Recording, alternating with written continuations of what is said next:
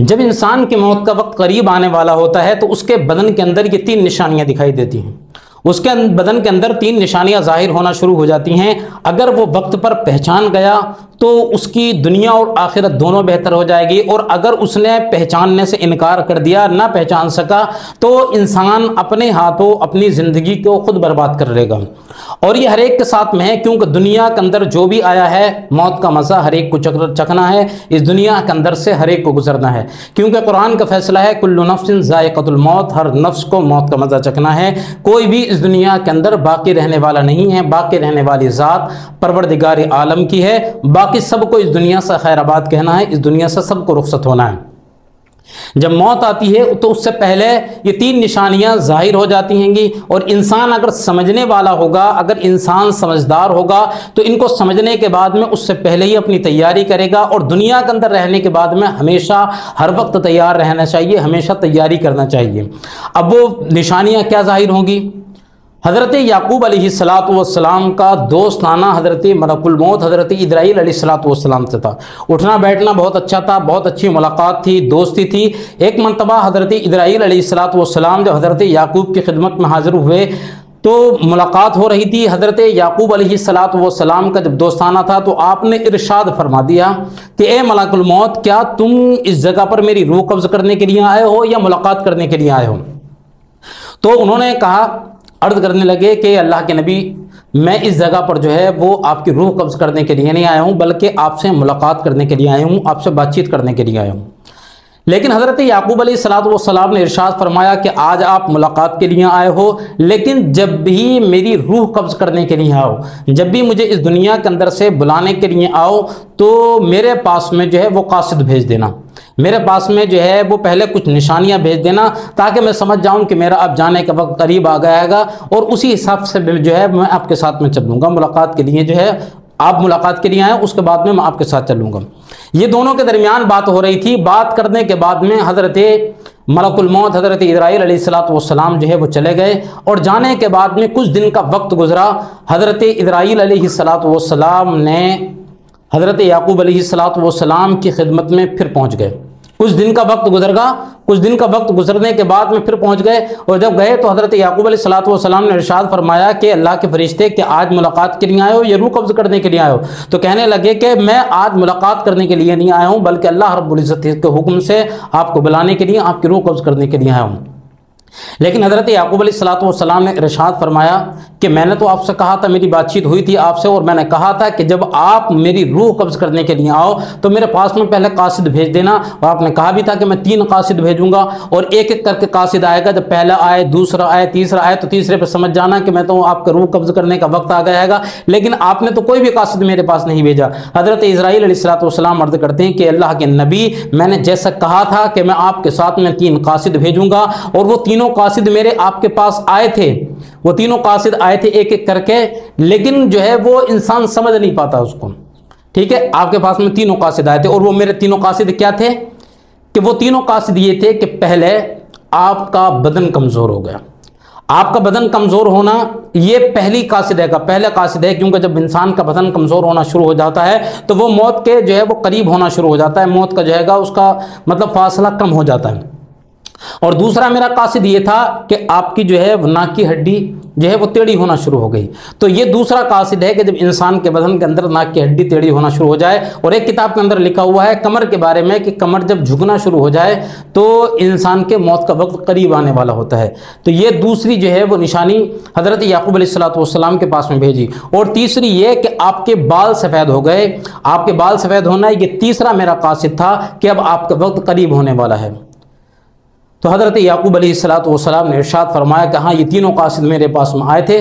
ठीक है, आप अल्लाह रब्बुल इज़्ज़त के हुक्म से मेरी रूह कब्ज़ करने के बाद में मुझे परवरदिगार आलम के पास में लेके चलें।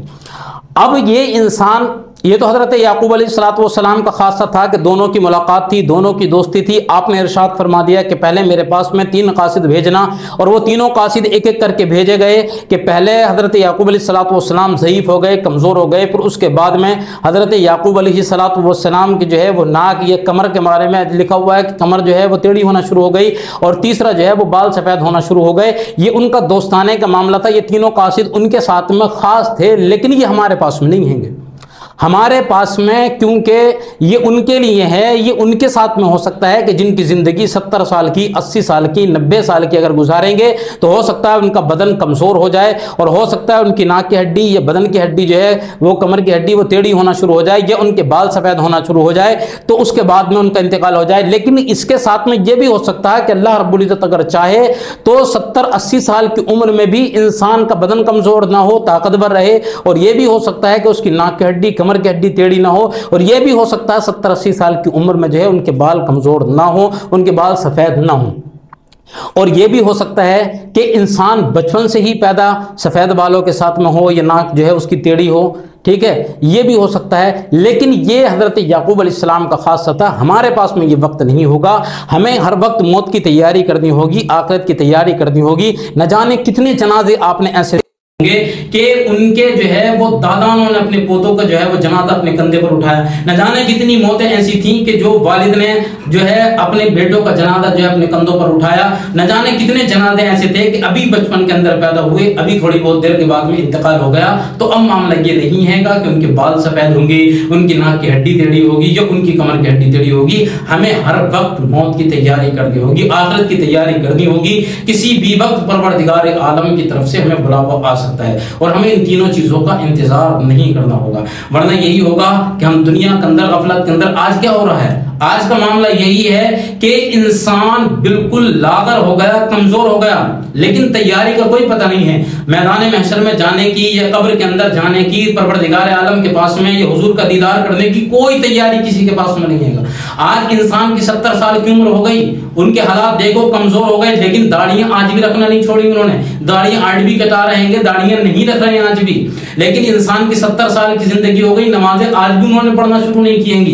इंसान की 70-80 साल की उम्र हो गई, कमर झुक गई, नाक झुक गई, लेकिन आज भी उन्होंने कुरान मुकद्दस की तिलावत या अल्लाह रब्बुल इज्जत की तरफ तौबा या अल्लाह की बारगाह में जाना उन्होंने आज भी शुरू नहीं किया है। इंसान के बाल बिल्कुल सफेद हो गए, लेकिन आज भी उन्हें मैदान महशर में या कब्र में जाने की कोई भी तैयारी उनके पास में नहीं है। मरने का कोई भी उनके ज़हनों गोमान में, उनके कोई भी दिमाग में ये बात नहीं चल रही है कि हमें इस दुनिया से जाना भी है, क्योंकि तैयारी है ही नहीं उनके पास में और वो कुछ भी नहीं कर रहे हैं उस चीज़ के लिए, रब तबारक व तआला के पास में जाने के लिए न तौबा कर रहेंगे। क्योंकि 70-80 साल की उम्र में आपने देखा होगा कि गाल बिल्कुल पिचक गए, अंदर को हो गए, लेकिन उसके बावजूद क्लीन शेव रहेंगे, उसके बावजूद वो शेव बनाना नहीं बंद कर रहेंगे, वो दाढ़ियां नहीं छोड़ रहेंगे। तो उनकी तैयारी नहीं है, उन्हें मैदान महशर में जाना नहीं है, उन्हें खौफ नहीं है, तभी तो ये सारे काम जो है वो उन्होंने कोई भी वो नेक काम या कोई भी अच्छा काम करना शुरू नहीं किया है। तो भाई अब जो है वो ये मामला नहीं है कि आपको वक्त मिलेगा, मोहलत मिलेगा, कोई मोहलत कोई वक्त किसी को नहीं मिलेगा। 70 साल की उम्र हो या 10 साल की उम्र हो, 20 साल की उम्र है, कोई कभी भी किसी भी वक्त जा सकता है। इसलिए तैयारी करो। जितने बुजुर्गान दीन है, जितने बुजुर्ग हैं, ये जो 70-80 साल की उम्र में ना दाढ़ियां रख रहेंगे, ना उसके बाद में कुरान मुकद्दस की तिलावत कर रहे हैं, ना तौबा कर रहे हैं, ना नमाजें पढ़ रहे हैं, कोई काम नहीं कर रहे हैं, तो बात खुदारा इन चीजों को शुरू कर दो, वरना यही होगा दुनिया के अंदर तो अच्छी जिंदगी गुजार ली तुमने, जैसे तैसे गुजर गई, लेकिन मैदान महशर में हश्र में कुछ भी तुम्हारे हाथ में नहीं आएगा। तो इसलिए अल्लाह रब्बुल इज्जत की बारगाह में हमेशा तो जो है वो तौबा करें और अल्लाह रब्बुल इज्जत की बारगाह में दुआ करें कि मौला अच्छाई के साथ में, ईमान के साथ में हमारा खात्मा फरमाए और आप सब भी जो है वो जाने की तैयारियां करें। और बहुत सारे हमारे भाई अपनी बहुत सारी समस्याओं को लेकर परेशान है। एक बालों की समस्या बहुत ज़्यादा है कि उनकी पूरा आगे का हिस्सा खाली हो गया, साइडें बिल्कुल खाली हो जाती हैं, चांद बिल्कुल साफ हो जाता है। तो ये हमारे पास में एक नुस्खा है, ये 2500 रुपये की दवाई बैठेगी, इसमें लगाने की आएगी एक, ठीक है, एक सिरप टाइप का आएगा, एक लगाने के लिए तेल आएगा और एक जो है वो शैम्पू आएगा, एक पाउडर आएगा और आपके लिए एक कैप्सूल आएगा। ये पूरा सेट हैगा।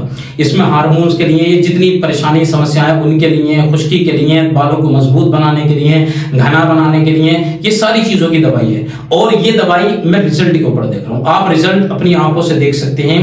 ये 10 दिन का रिजल्ट है, ये 10 दिन लगाते हुए होंगे। पहले बिल्कुल चांद साफ था और अब आप देख सकते हैं कि बाल कितने जो है वो आ चुके हैं। काम दवाई कर रही है। और ये जो बार बार जो लोग ना फोन पर गारंटी मांगते हैं, तो भाई गारंटी का काम जो होता है वो फ्रॉडियो का होता है, ज्यादा हर बात पर गारंटी निकालते हैं, क्योंकि उन्हें आपका फोन तो उठाना नहीं होता। लेकिन यह जिम्मेदारी के साथ में आपको दवाई दी जाएगी, इंशाल्लाह दवाई का रिजल्ट आपको ऊपर आएगा। और कोशिश यही है कि अल्लाह रब्बुल इज्जत आपकी इस परेशानी को दूर फरमा दे।